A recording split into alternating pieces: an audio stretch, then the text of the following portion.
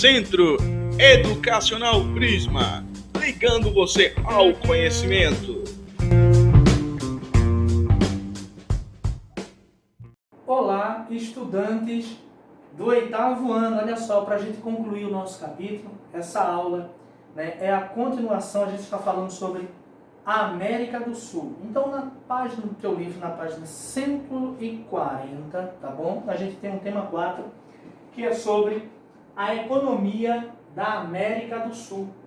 Aí, o primeiro destaque, observe, todos esses pontos aqui foram oriundos justamente da leitura do texto do livro de vocês, certo? Então, quando terminar essa exposição, dá um tempozinho e pega o teu livro e faz a leitura. Eu aposto com vocês que após essas explicações, a tua leitura vai fluir melhor e o teu entendimento vai ser ou exatamente 100% ou próximo dos 100%, tá bom? Então, assista essa aula e soma com a leitura dos textos que estão no teu livro, tá bom? Vamos lá? Olha só, a economia da América do Sul. O primeiro destaque, ela é diversificada, certo? Isso é muito bom. A diversidade, certo? Aí, o outro ponto que eu destaquei para vocês, a agricultura como principal atividade econômica. Pessoal, quando a gente já tinha refletido sobre isso, os países que têm a sua economia em torno da agricultura, segundo os estudos, inclusive nos nossos livros, são classificados como países pobres. E quando a gente começa a ver essa realidade, realmente, são países pobres. Agora, se a gente trabalha com a matéria-prima, todo mundo está esperando essa matéria-prima. E quem produz essa matéria-prima? Nós. E por que a gente é classificado como pobres? Ok? Então, professor, os países ricos são industrializados, mas a indústria está esperando o teu trabalho aqui. E por que nós somos o pobre? Certo? Atender ao mercado externo. Produzimos a matéria-prima e mandando para fora. E o que é que tem lá fora? É justamente a indústria, a transformação dessa matéria. Observe aqui. Esse mercado só funciona se existe esse. E por que a gente é tão escanteado? Certo? Baixa rentabilidade com relação aos produtos industrializados. Outro absurdo. O que está dizendo nesse tópico aqui? Que os produtos industrializados, eles têm muito mais valor do que a matéria-prima. Deveria ser o contrário. Porque sem a matéria-prima não existiria isso aqui. Não é pela ordem? Quem vem primeiro? Na hierarquia? E por quê? Esse daqui é super valorizado. É uma reflexão. Tá bom? Para a gente parar realmente. Que ordem é essa? Quem foi que ditou isso? Ok? Domínio das terras agricultáveis pela minoria da população. Ok? Tem muita terra? Tem. Tem uma diversidade? Sim. Mas quem é que domina? Boa parte da população? Não, a minoria. Ok? Grandes propriedades de terra, os latifúndios e assim por diante. Ok, pessoal? Vamos seguir?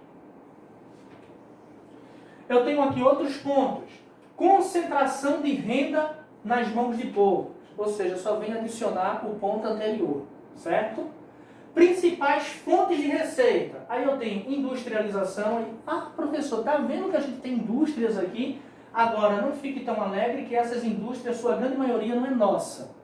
Tá bom? Turismo. Turismo seria um bom tema para a gente debater em sala de aula, tá bom? Petróleo, pesca e pecuária. Criação de gado. Necessidade de políticas sérias em diversos setores.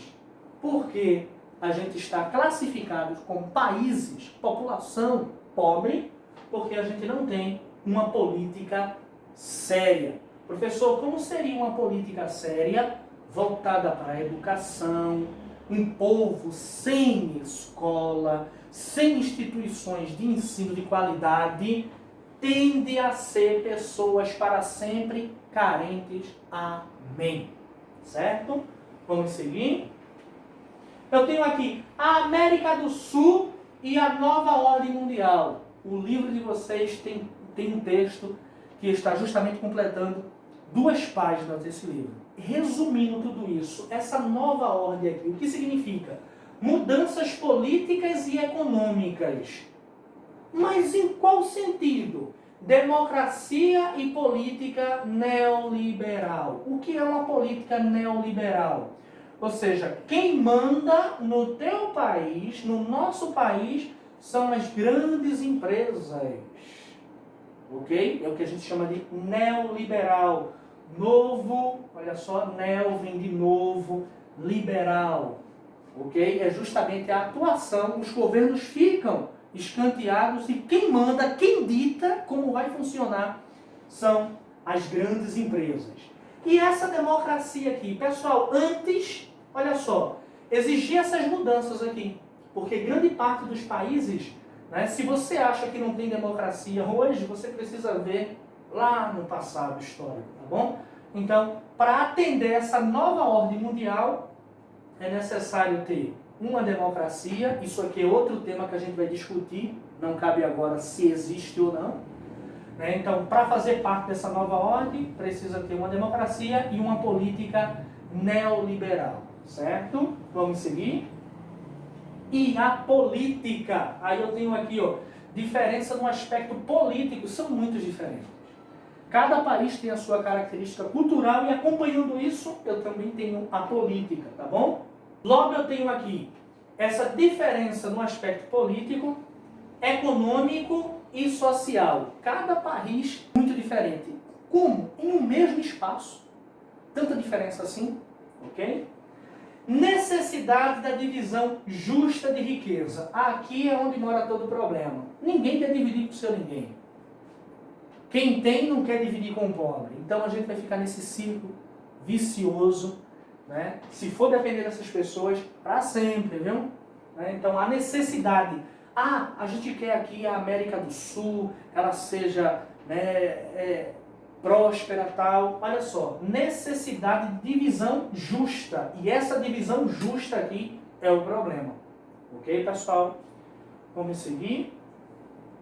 Os movimentos sociais brasileiros. Enfim, o que são os movimentos sociais, professor?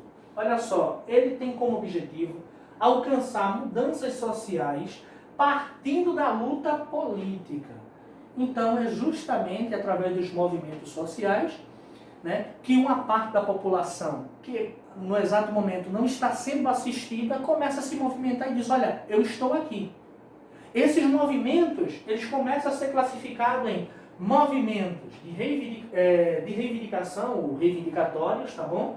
Movimentos políticos e movimento de classe, tá bom? Movimento reivindicatórios, justamente, está reivindicando alguma coisa. Quer escolas boas, certo?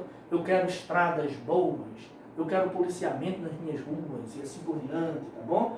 O movimento político, ele busca uma mudança na estrutura de um determinado país, tá bom? E o movimento de classe, né? Vai depender, olha, eu tenho aqui a classe dos trabalhadores, ferroviários, rodoviários, policiais, e eles querem algum tipo que o governo olhe para ele para atender eles em algum aspecto na sua profissão.